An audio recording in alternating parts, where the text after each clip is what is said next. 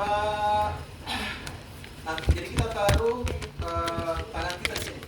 Ini mempersarakan otot masseter dengan temporal, musculus temporal dengan masseter. Kita taruh tangan kita di temporal daerah sini dengan masseter. Ya. Terus kita minta pasien untuk mengatupkan kayak orang mengunyah. Pak, mengunyah. Nah, kita raba dan rasakan apakah kekuatan otot di sebelah kiri dan kanan sama di masseternya dengan musculus temporal. Ini ya, ini dengan ini. Kita bandingkan sama nggak kekuatan otot di kiri dengan kanan. Kalau kita kan katupkan mulut gini, kan perasa di sini, perasa kayak di sini di temporal. Ini namanya musculus temporal, di sini masseter. Kalau sama kiri dan kanan itu normal, ya. Itu di nafas 5.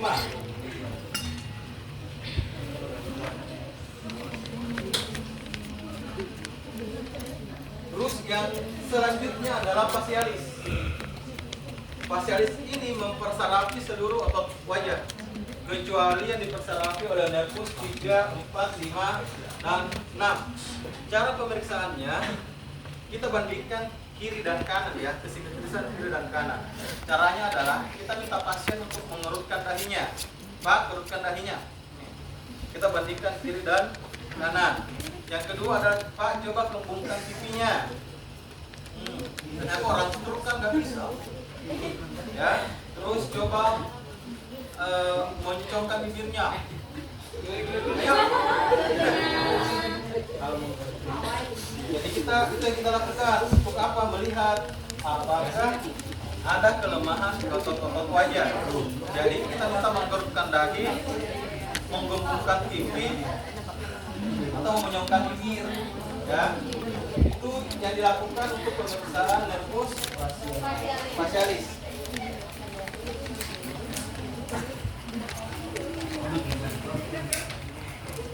Atau yang sederhana kita minta pasien untuk tersenyum. Tersenyum kita bandingkan kiri apakah simetris atau tidak. Ada yang pernah lihat orang stroke? Ada tuh yang pernah yang perempuan yang ketawa-ketawa di YouTube atau di sorry itu kalau dia ketawa langsung bibirnya. Ada yang pernah lihat nggak? Itu adalah apa tuh? Bell's palsy. Kelemahan pada facialisnya. Jadi kalau dia ketawa langsung apa namanya? Mencongkan bibirnya, nah itu kelemahan pada nervus facialis. Ya. Itu nervus facialis. Kemudian yang ke-8 adalah apa ke-8? Vestibulocochlearis. Nervus 8 ini mempersarafi 2. Yang pertama 2 organ ya. Vestibularis dan cochlearis. Untuk di vestibularis itu untuk keseimbangan, cochlearis untuk pendengaran. Kita lakukan dulu di cochlearis. Nah, untuk pemeriksaan pada cochlearis itu adalah untuk pendengaran. Ada 3 tes, ini sudah kalian pelajari nggak di sensor persepsi? Rinne, Weber, Schwaber. Sudah. Nah, nggak usah. Rinne, Weber, dan Schwaber. Jadi kita lupa menghadap sana. Nah, caranya adalah misalnya tes Rinne ya. Tes Rinne itu gunanya untuk membandingkan hantaran udara pada membedakan antar udara antara pasien dengan pemeriksa. Syaratnya pemeriksanya harus normal, jangan sampai pemeriksaan orang yang setengah-setengah terus. Nah, caranya adalah kita getarkan lampu tala. Ini kita getarkan bisa dipukul atau bisa dibunyikan kepalanya. Kita lakukan begini ya. Caranya gini. Kalau saya sih kita getarkan. Nah, Pak, kita instruksikan, Pak, pada saat sudah tidak mendengar, angkat tangan ya. Kita getarkan. Kita taruh di depan telinga. Syaratnya harus di tempatnya dia. angkat tangan pada saat tidak mendengar.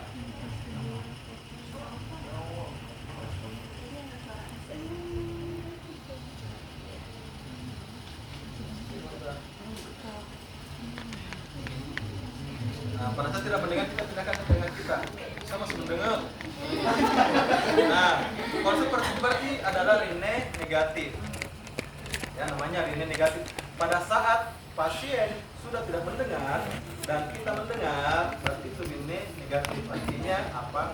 Kemungkinan terjadi tuli antara atau tuli konduktif.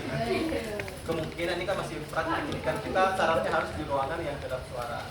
Jadi ini rene kita taruh di sini, kemudian di sini. Ini untuk melihat apakah terjadi tuli konduktif atau tidak. Jadi jenis tuli itu ada dua, tuli konduktif dengan apa? Tuli sensori. Katanya sudah belajar apa? Tuli neurosensorial. Ya, neurosensorial, ya neuro. Jadi masalahnya memang di sarafnya. Kalau tuli konduktif penyebabnya mungkin karena adanya serumen, adanya kotoran yang menghambat apa? Aliran udara masuk ke dalam telinga, menghambat antara udara masuk ke dalam telinga. Nah, itu yang pertama. Yang kedua adalah kita taruh, perhatikan, kita getarkan, kita taruh di tulang mastoid untuk mengecek hantaran tulang.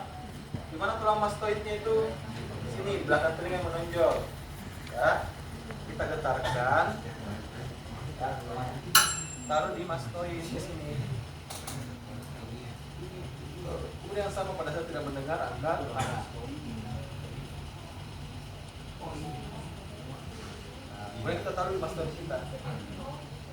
Ya, kita bandingkan pemeriksa dengan pasien. Kita membandingkan sih, artinya gini.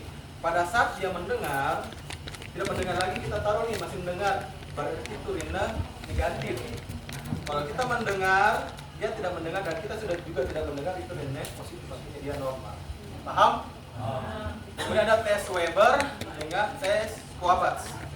Weber itu yang ditaruh di sini kan.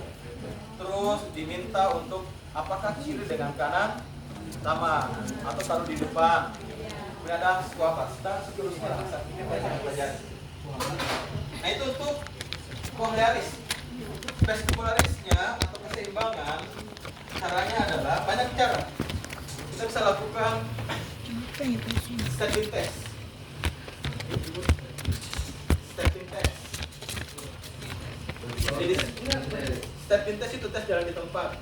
Jadi kita minta pasien untuk taruh ini harus bantu temannya.